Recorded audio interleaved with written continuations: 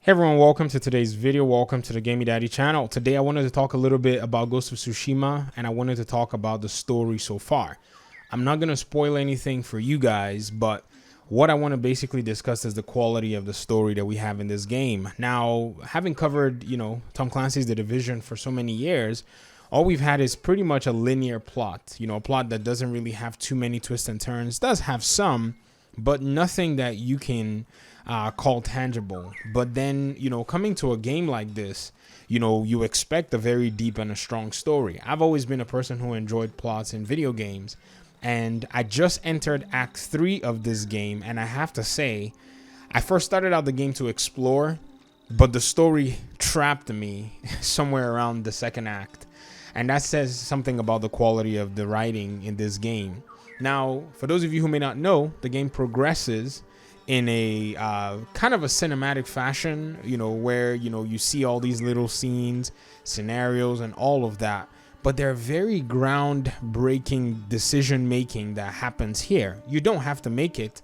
The author and the writer has already made those decisions for the character. This game was not trying to sit there and have you go, oh, I'm going to click yes or I'm going to click no as the answer, and that might be the consequence down the road. Perhaps there's a consequential mechanic in the game, but I don't think it's really going to weigh too much into the quality of the story that's already been delivered. So what do I mean? You start out this game and you're following a specific path, and you have to make a very, very big shift in your person.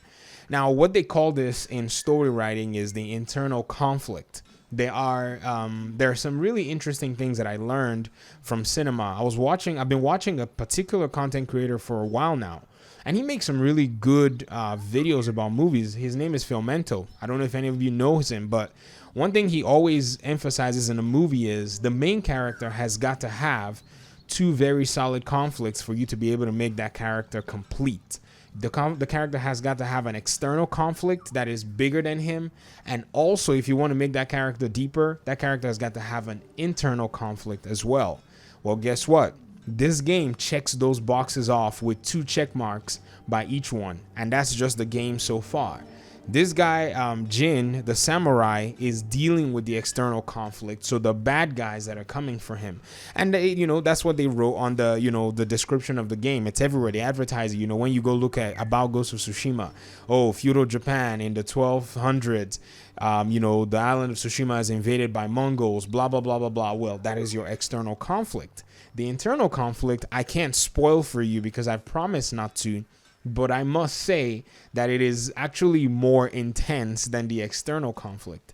And if you value story writing and you value storytelling, this is definitely what it is, in my opinion, right here in this game.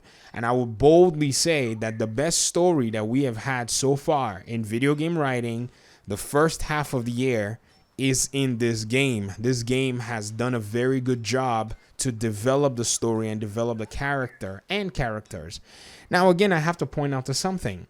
I've listened to 3 big reviewers talk about the character of this story, and I mentioned this in my last video, and I feel like they missed the mark. They said something about the characters are bland, or Jin himself is kind of meh, and I'm like, you have basically ignored context. And the context is you're writing a character in 12th century Japan, a very traditional society. I mean, even till date, there is a lot of tradition in Japan, just from what we see, and even if you have any friends that are Japanese, I've had the opportunity to have a few Japanese friends throughout my time in university. Like literally, they flew, boom, from Japan, and they were like, hi, and I was like, hi, what's your name? Does everybody in Japan, I started asking my ignorant questions. Does everybody in Japan, carry like a samurai sword? And they were like, no, we don't do that. We actually have better technology than, what is that you're holding? I'm like, it's my phone. They're like, that's a calculator. If you get what I mean. So I got exposed to a lot of, what Japanese culture is like, what's, just that segment. I'm not saying all of Japanese culture, but what you get to experience in many cases, if you don't live in that environment, is from people that are around you. And there are so many expectations placed on every individual from family and from parents. And, I was able to walk, a little bit of life just kind of looking into that context. And what was very surprising is in many cases, the Japanese culture is very similar to African culture. And I guess I have to take a segue to kind of maybe just put a finger on what we're seeing right now with a lot of there's this crowd that is supposedly always humming whenever there's a video game that is released and the video game has some kind of a thing, and they always want to hum about it. I'm not into really dealing with that, but I've kind of heard the whispers that there's something wrong with cultural appropriation, and why would, a Western company develop a Japanese game? Well, guess what? To the credit of these Western developers, I think they have done much more of an accurate job depicting a Japanese character in many senses than many other Western, studios would have done. Now, let me point out one thing. In the gaming world, Japanese developers are some of the most, I would say, admired and revered developers that you have. You're looking at, if you look at on the side of your eyes, you're looking at Nintendo. You're looking at some games that have come out of, even Sony's Japanese studios. And if you as a Western, company decide that you're going to go ahead and walk into that territory and write a game steeped in that culture, you have got some nerve to do that. And that's just the first layer. The second layer is actually executing it to the point where you're getting commendations and getting pats on the back from a Japanese audience. That is the second layer. And then the third layer is actually even pulling a Western audience whom in many cases may not have any exposure to what Japanese, culture may be, but I've seen it from the cinematic side. And then they took the route of using a cinematic director's style to present that. Guys and girls, these guys deserve a gold medal when it comes to game development and story writing. I have no idea what the critics are saying, but I think the critics want to remain relevant in critiquing this game in that sense. I think if they really wanted to critique this game, they can expose themselves to some of the Asian and Eastern cultures and be able to pinpoint those areas where this game may have weaknesses, because I think it does have, no game is perfect. So there'll probably be holes there. There'll probably be holes in gameplay, in some mechanics. Yes, the game is not perfect. The way he jumps, the animations and stuff. And I will leave that for a different conversation, but I just want to say this story remains true to what I have perceived, experienced, and what I expect from a samurai story-driven single-player open-world experience. You can't take that away from this game, and I don't think real gamers, I would say the word real gamers, or gamers in general, are willing to take that away from the game. For those who think or perceive the game might be boring, I have a feeling that you're probably going to still purchase the game. If you have a PlayStation 4 anyways, I have a feeling you're still going to purchase the game down the road in order for you to be able to enjoy this amazing game that it is. It paces very slow, but I think that's also due to the cinematic style that they've decided to go for. The way they've decided to do, chapters, sub-chapters, whole acts, whole storylines, whole journeys. The breakdown, in my opinion, is very relevant for a game like this. You weren't expecting to be Bayonetta when you launch this game. I think you should have had that expectation to pace your way through the story. But I just want to say that what they've done a very good job. They've created deep relationships. They've created characters that you can rally around. Honestly, even one of the things that helps me judge many video games is how my wife responds to the character. My wife is smarter than I am. And so sometimes, she may look at something and say, I don't think this actually works. But she hasn't really watched too much of me playing through the game. But when she sees the characters and sees some of the sections and the acts that we play, she's like, why is this character this? This character is interesting. And so I get a different perspective on things that I even never really, perceived or noticed while playing the game. And so my understanding is always widened when we see things like this. And I think this game is approaching Game of the Year because of the amount of hurdles these developers had to jump. If we look at it from that perspective, then I think this game is definitely going to work. Now, the real conversation I've tried to ignore, and that's pitting The Last of Us 2 versus this game regarding the story.